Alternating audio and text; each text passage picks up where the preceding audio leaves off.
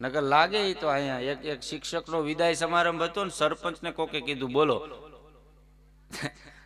એક મને બહુ ગમતી વાત કરું સાહેબ, ગૌરવ લેવા જેવી વાત છે.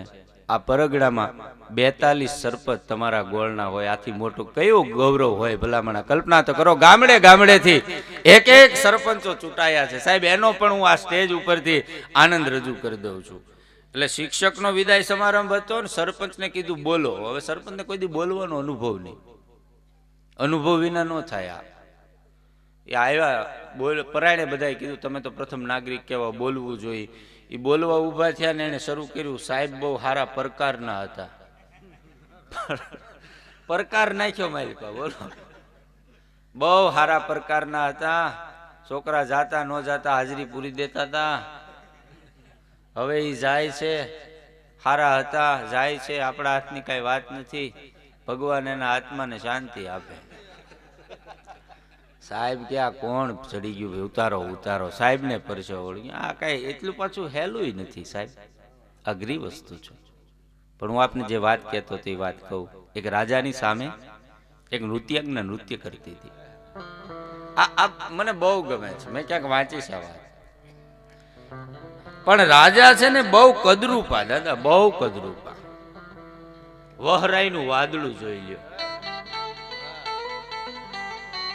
હાલે આવતા હોય તો ભેં આવતી હોય એવું લાગે. રાખના ઢગલામાં પાણીના છાંટા નાખો જે ખાડા હોય એવા મોઢે ખાડા.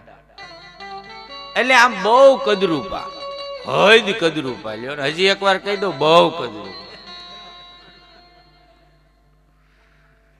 એ નૃત્યાંગના નૃત્ય કરતી કરતી રાજા સામે જોઈને દાંત કાઢે. રાજા સમજે કે આ મને ભાળે ને એટલે એને દાંત આવે. એ આમ દાંત કાઢે, વળી પાછી નીચે જોઈ જાય, વળી પાછી દાંત કાઢે. રાજાને ખબર પડી. પણ રાજા, મેં કીધું એમ કૃષ્ણએ કહ્યું ને ભાઈ હું છું. એ ખરાબ હોય, એની આજુબાજુ વાળાએ બહુ બગાડ્યા ભાઈ. એક રાજાને વિચાર વચ્ચે વાત, એક રાજાને વિચાર આવ્યો કે મને સાચું કહેવા વાળા કેટલા છે. આ બહુ જરૂરી છે જીવનમાં. કોની હારે તમે રહ્યો છો.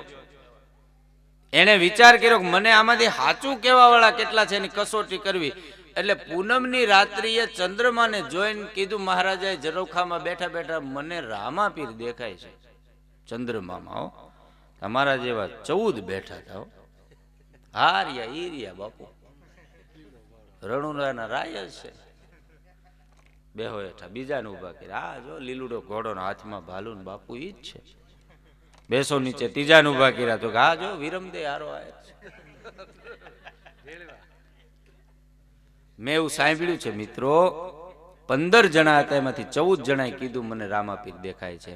15વાનો વારો આવ્યો ને, અજબ ખંજરી ભજે ભયાનક પ્રચંડ ધોધ પહાડ તણી, જ્યાં પહાડ તણા જીલે પડછંદા પ્રજાંગડી ખમ પહાડ તણી જીવન હાટાથી શિર તણા ભય ગાજે જંગલ ગીર તણા ગજબ ખંજરી ભજે ભયાનક કાયા જેની કુમળી પડછંદ જેના પ્રાણ નર પટાધર નીપજાવતી મારી હોરઠ રતનની ખાણી. એ હોરઠનો તરવરિયો યુવાન હતો ભાઈ.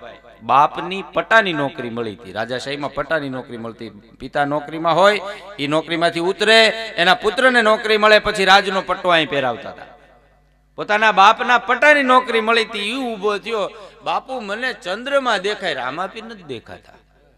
ત્યાં તો ઓલા 14 ના હા હજીર થઈ ગયા કે આ મરી છે ને ભેળો આપણને મારી છે. જો જો આંખ્યું ફાડ, જો બરાબર બાપુને દેખાય, અમને દેખાય, તને નો દેખાય. મહારાજાએ રાજાએ પરીક્ષા કરવા કીધું. યુવાન જુઓ, મને દેખાય છે, આ 14 જણાને દેખાય ને તમને નથી દેખાતા. ત્યારે એને વિવેકથી જવાબ આપ્યો, બાપુ મારી 23 વર્ષની ઉંમર છે, આ બધાને તો અવસ્થા આંબી ગઈ છે, નેજવા માંડવા પડે છે, પણ બાપુ મને ચંદ્રમાં દેખાય છે, રામાપીર નથી દેખાતા. એ 14 માંથી એક જણો બોલ્યો કે બાપુ આનો બાપે આવો ખોંચર્યો હતો. બાપ હામી વાત ગઈ ને ત્યાં સમ સમ સમ સમ સમ રૂવાડા બેઠા થઈ ગયા. એ જે પટ્ટો પહેર્યો હતો નોકરીનો એને ખોલી અને દરબારની સામે ઘા કર્યો, લઈ લ્યો ઠાકોર, મારું પેટ નહીં ભરાય તેથી હું ફોડી નાખીશ, પણ સત્ય તમને ચોક્કસ કહીશ, મને ચંદ્રમાં દેખાય છે, રામાપીર નથી દેખાતા, નથી દેખાતા, નથી દેખાતા. મહારાજાએ કીધું આ તમારો પટ્ટો પહેરી લ્યો, આ 14 ના અત્યારે છોડી દો. આમ જ કઢી સટાવે અમારા રાજ કેડીવાસ ખોટે. રાજા ખરાબ હોય જ નહીં બાપ.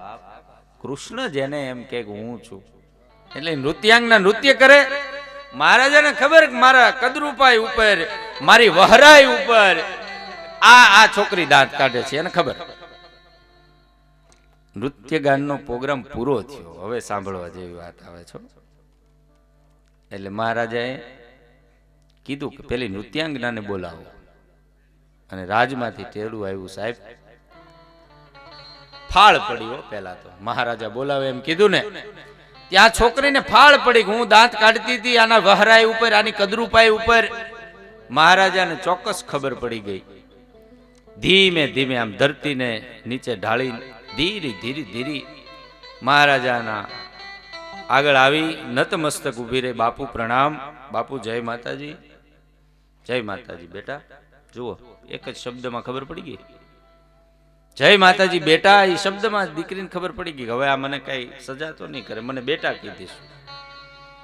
બેટા શું કામ દાંત કાઢતા હતા? સીધો મહારાજાએ પ્રશ્ન જ કર્યો. શું કામ દાંત કાઢતા હતા? એટલે ઓલી કે હું તો મારા તબલચીને દાંત દેતી હતી, હું તો મારા બેન્જો વાદકને દાંત દેતી હતી. મહારાજાએ કીધું હવે તમે ફગોમાં.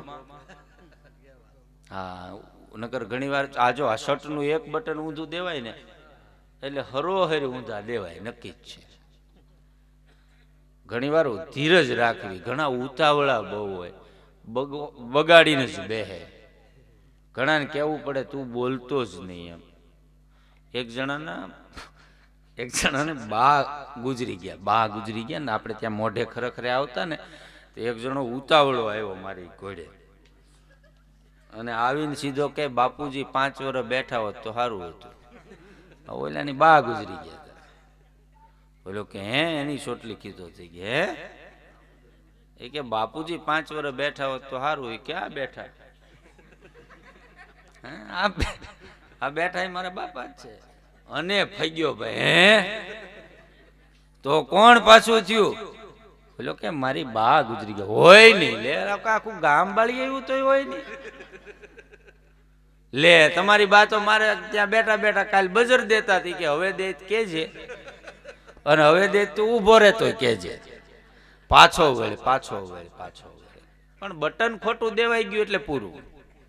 એટલે બટન દો ને ત્યારે બરોબર ધ્યાન રાખીને દેવું. ગાજ બટન ભેગા કરે એટલે શબ્દ को संभाल के बोलिए, शब्द को हाथ नहीं पाव पर एक शब्द है औषधि और एक शब्द है गाव.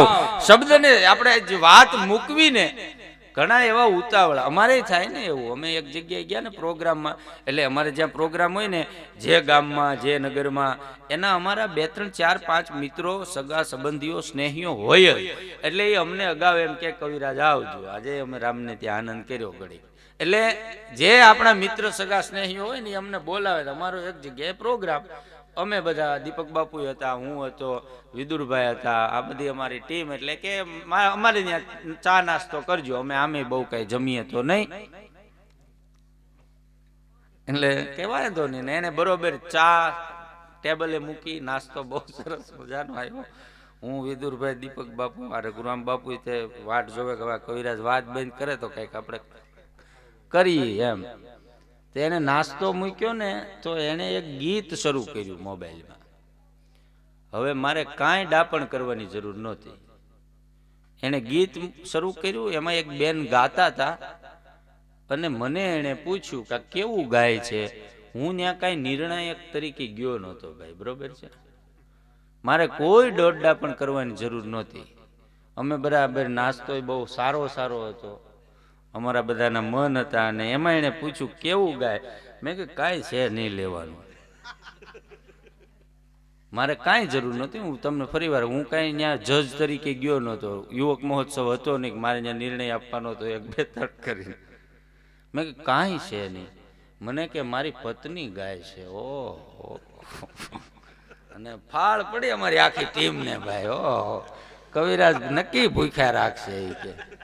આ નહીં ખાવા દે, આવો હારો નાસ્તો. મને કે મારા પત્ની ગાય અને હું ફઈ ગયો ભાઈ. પછી તો શું કરવું, વાળવું તો પડે. મેં કે ના ના, એમ તો મારા બેનનો અવાજ બહુ સારો,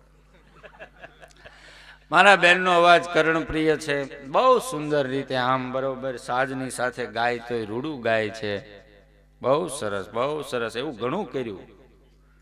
એમ તો સૂરમાં છે, મારી જેમ બસૂર નથી, એવું બધું કર્યું. તો મને કે તકલીફ શું છે?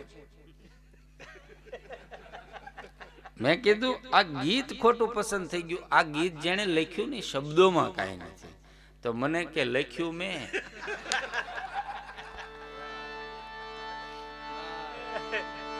કે તું શું કામ દાંત કાઢતી હતી, તું ફૈગમાં, તું જે છે કે આપણી મૂળ વાત ત્યાં હતી. પછી મારે ચારણી સાહિત્યના થોડીક વાતો કરી અને પછી મારી વાત પૂરી કરીશ. દીપક બાપુને ફરી પાછા ભેરવીને કહેશું. પૂજ્ય દાદાને પણ બેઠા છે મોડે સુધી, એમને એટલે કે તું શું કામ બેટા દાંત કાઢતી હતી? મહારાજા એ કે હું મારા તબલચીને દાંત દેતી હતી, હું મારા બેન્જો વાળાને દાંત દેતી હતી. બેટા તમે ફગોમાં? મહારાજા બોલે છો, હવે સાંભળજો, તું મારી દીકરી છો, તું મારી બેન છો, તું મારી માં છો. તને જે હૈયામ ઉગ્યું હોય ને કહી દે. તું તારે તને ત્યારે જે ઉગ્યું હોય ને એ કહી દે કે આ બાપુજી હાવ સાચું કહી દઉં? તો કે હા, ખરેખર મને અભય વચન છે. કે જા બેટા, તને અભય વચન છે, તારો કોઈ વાળ વાકો ન કરે, તું મારી દીકરી છો, મહારાજાની દીકરી છો, તને તે સમયે જે ઉગ્યું હોય ને કહી દે. ત્યારે દીકરી બોલી, બાપુ આ રૂપ વેચાણું ત્યારે તમે ક્યાં ગયા હતા? એમ કીધું ને, વહરાઈનું વાદળું છવો, આ રૂપ વેચાણું ત્યારે તમે ક્યાં ગયા હતા? મહારાજાએ જ વાત કરી ને ગુણવંતભાઈ, આ આખી વાતના પ્રાણ અહીંયા છે વિદુરભાઈ. મહારાજા શું બોલ્યા ખબર? ઈ કે બેટા, રૂપ અને નસીબ બેયની હરરાજી એક હારે હતી હો. રૂપ અને નસીબ બેયની હરરાજી એક હારે હતી. હું નસીબ લેવા ગયો, રૂપ રહી ગયું. હવે નક્કી તારે કરવાનું મહાન કોણ છે? નસીબની સામે રૂપને નાચવું પડે છે.